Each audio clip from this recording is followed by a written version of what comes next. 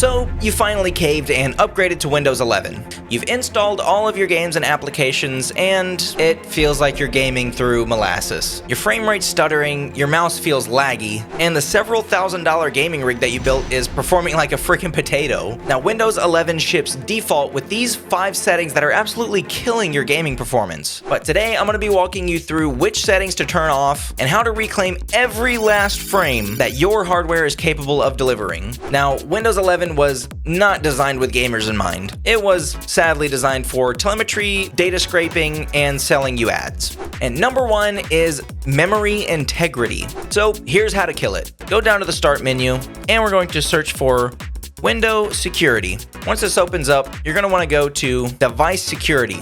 Once you're in Device Security, you're going to see Core Isolation, so you're going to want to go to Core Isolation Details. And in here, you're going to see the Memory Integrity setting. You're going to want to turn this off, and it's going to give you this yellow warning triangle.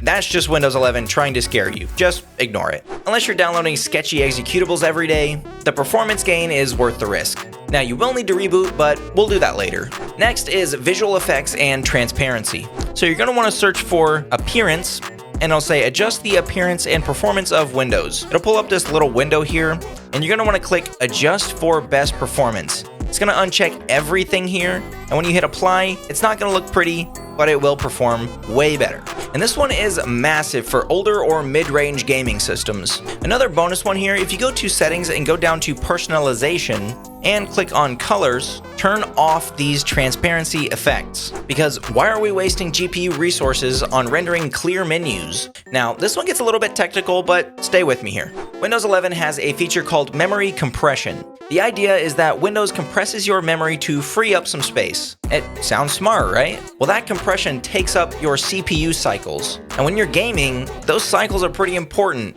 So here's how to disable it. Open up Windows PowerShell as administrator. Hit yes, and you're going to want to type this command exactly. Disable-mm agent-memory compression. Hit enter, but do not restart your PC at this point because we still have more to do. And while we're in PowerShell, let's also kill Superfetch, which Microsoft renamed to SYS main. This feature preloads applications it thinks you're going to use into RAM. And for gaming, it's absolutely wasting RAM that could be going towards your game.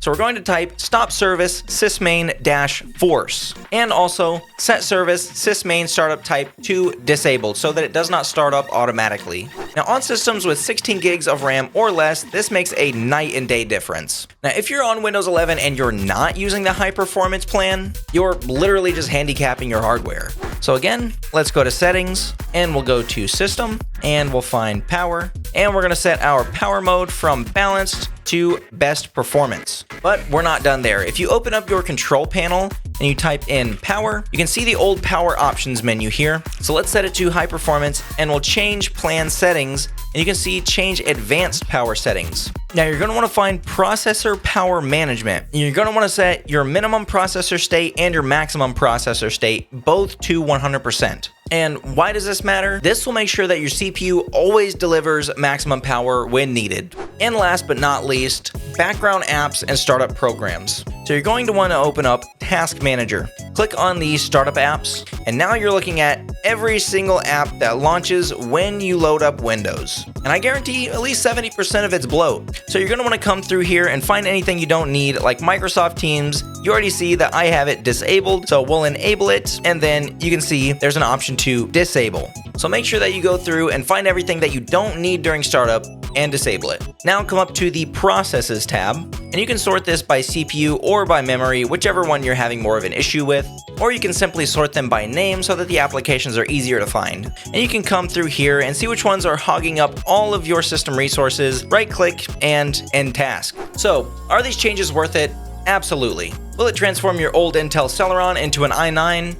Absolutely not. But if you've got decent hardware and it's underperforming, you just freed up all of the resources that Microsoft was stealing from you. If this actually helped your PC's performance, make sure to leave a like and subscribe so that YouTube knows that you don't hate me. Now, go enjoy your newly liberated gaming PC, and I will see you in the next video.